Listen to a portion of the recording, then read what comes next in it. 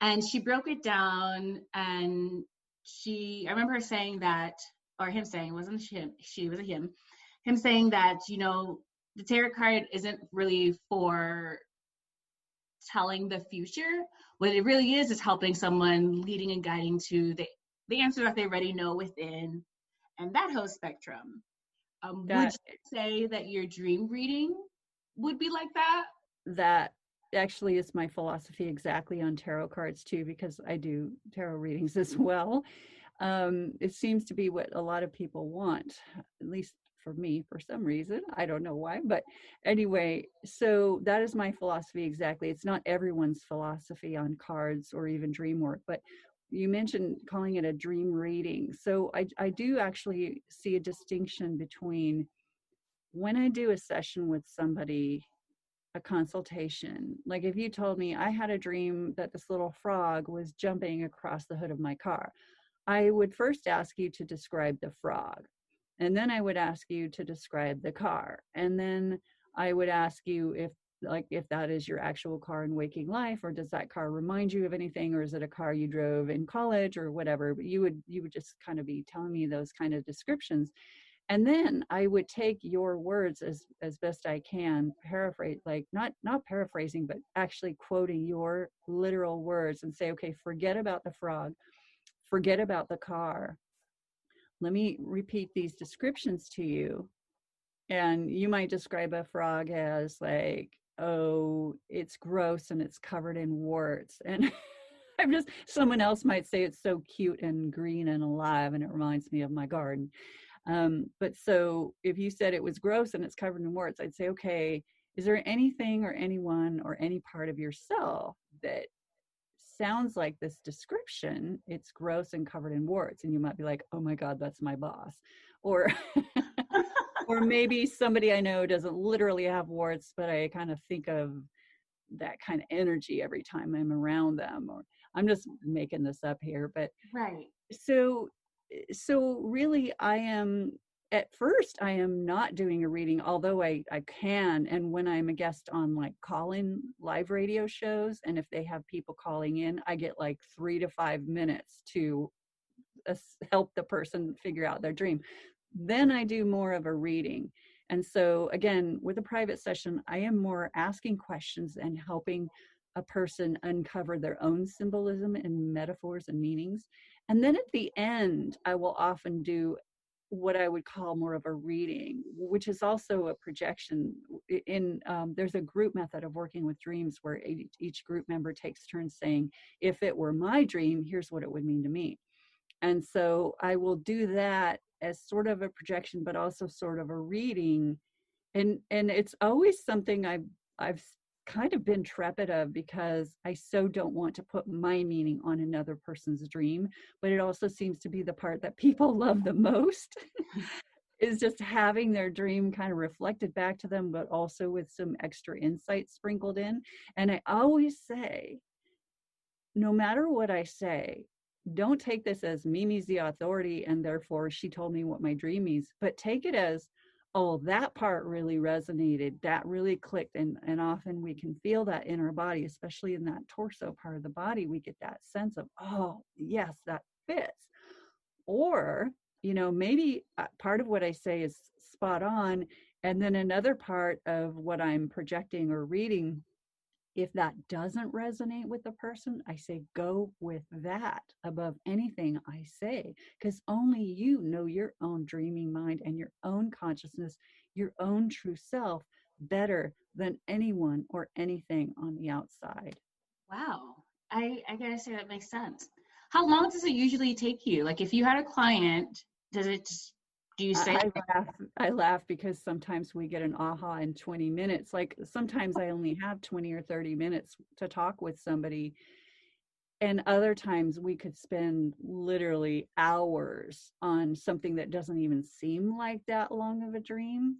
But dreams are so complex, as are we, that you could literally spend hours on a tiny little fragment exploring the depths of your soul.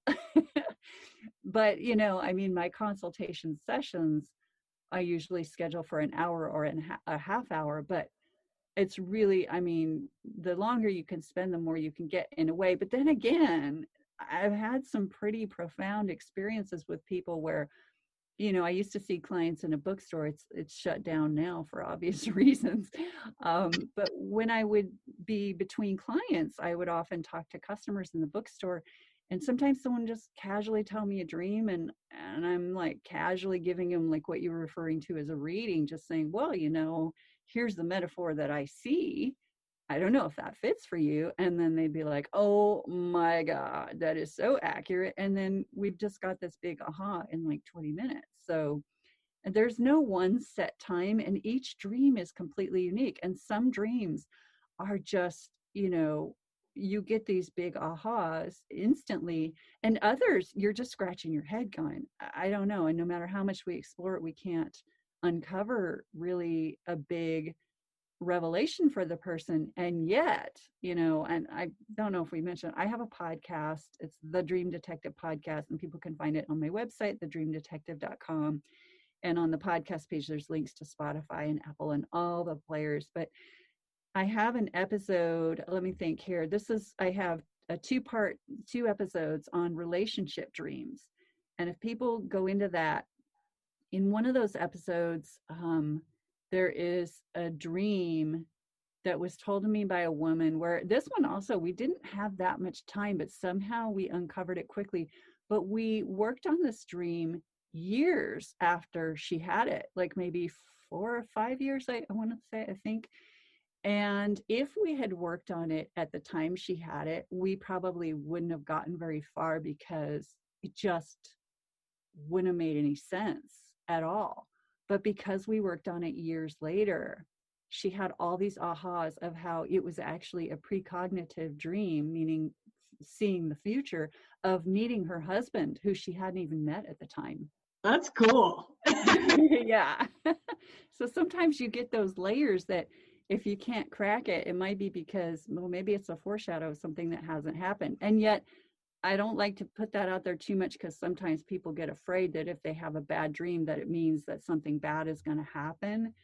But I'll just say that there's a pretty famous story. I use this one as an example a lot, of a woman who had a baby in a crib in the next room over. And she had a dream that it was either a chandelier or some kind of light fixture. She dreamed that this light thing fell down and crushed her baby. So she gets up in the middle of the night and says, I'm not going to let that happen. And she moves the baby's crib. She couldn't move the chandelier. So she just moved the crib, goes back to bed. And guess what happened later in the night? Boom, the chandelier fell. And so she dreamed of the potential future, but nothing is set in stone.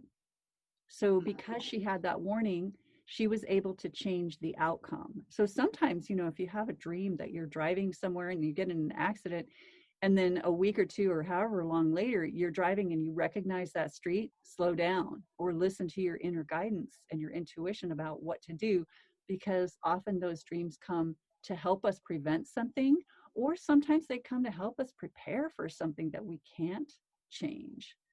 So, but a lot of times they can come as warnings, because they are a built-in mechanism of survival of the species. When you say that, it makes me think of my mom. So my mom, when we were younger, would always, even to this day, she'd be like, oh, I had a dream, watch, don't do this, watch out. And my sisters and I would be like, oh, mom had another dream. I would be that mom if I were a mom.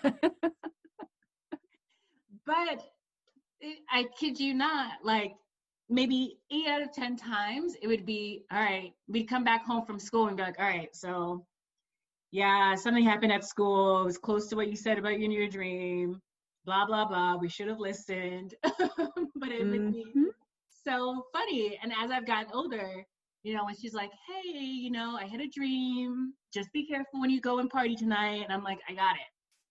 Yes, ma'am. But the teenager me was like, well, here she goes again. There's another dream. Of course. That's teenager for you. Yeah, I'm like, but it's just your subconscious. You're just worried about us. And she's like, yeah, but And Well, then and of that's course, what our culture tells us, you know. Culturally, we've been indoctrinated to think that intuition and dreams are something to be poo-pooed because they are the feminine too.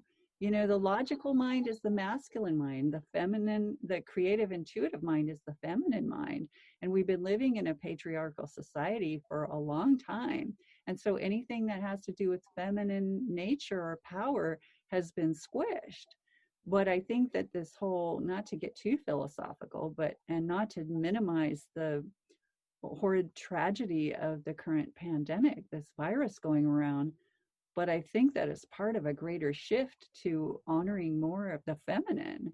I mean, people are at home more, they're with their families. I'm not saying it's all perfect, but people are going for walks more. They're picking up hobbies they wanted to do.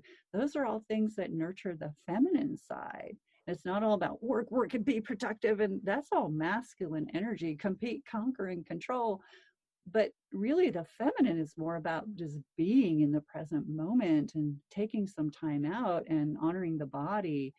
So I think there is a shift happening. But, you know, back to what you're saying about your mom, it really is a reflection, too, of the times we have been living in, because most cultures throughout history, you know, they'll get up and share their dreams and they will listen to them, and they have shaman that are dedicated to helping people understand these things.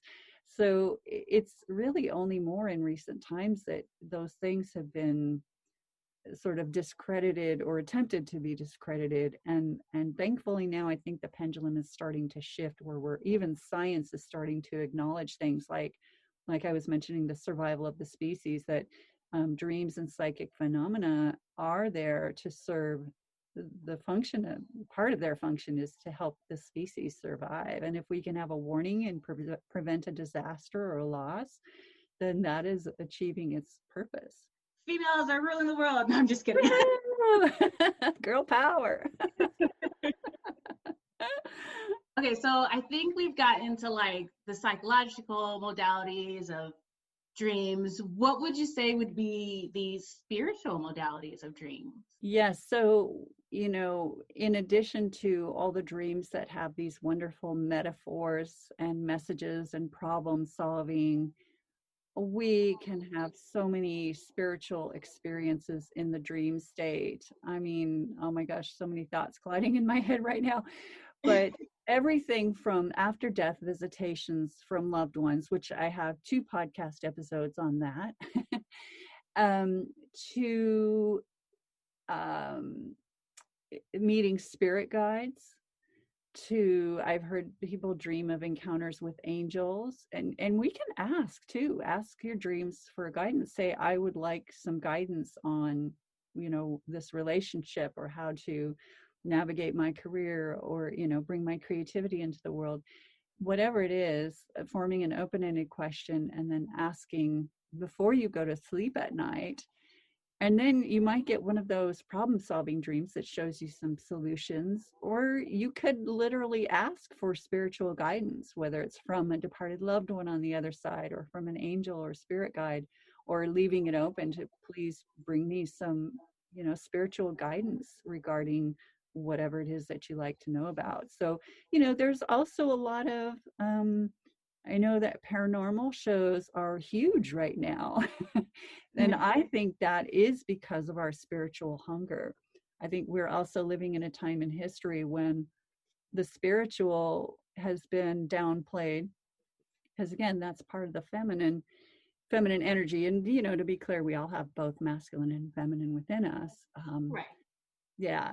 But so back to the spirituality, paranormal, you know, some of the more funky things can happen in the dream state. But when I've done talks on dreams and the paranormal topics, one of the biggest things I get asked about is sleep paralysis. So when we are having an REM dream, the muscles in our body literally become paralyzed, except for our breathing and our eye movement.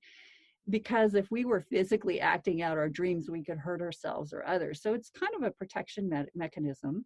But then as we wake up, sometimes there's a little glitch in the system, and our brain wakes up before our body becomes unparalyzed. And it's very scary to feel like, oh my God, I'm paralyzed, I can't move. Now, for some people, that's the extent of the experience. And for others, there can be what we would call a visitation of a presence that there's an old painting by an artist named Fuseli, and the painting is called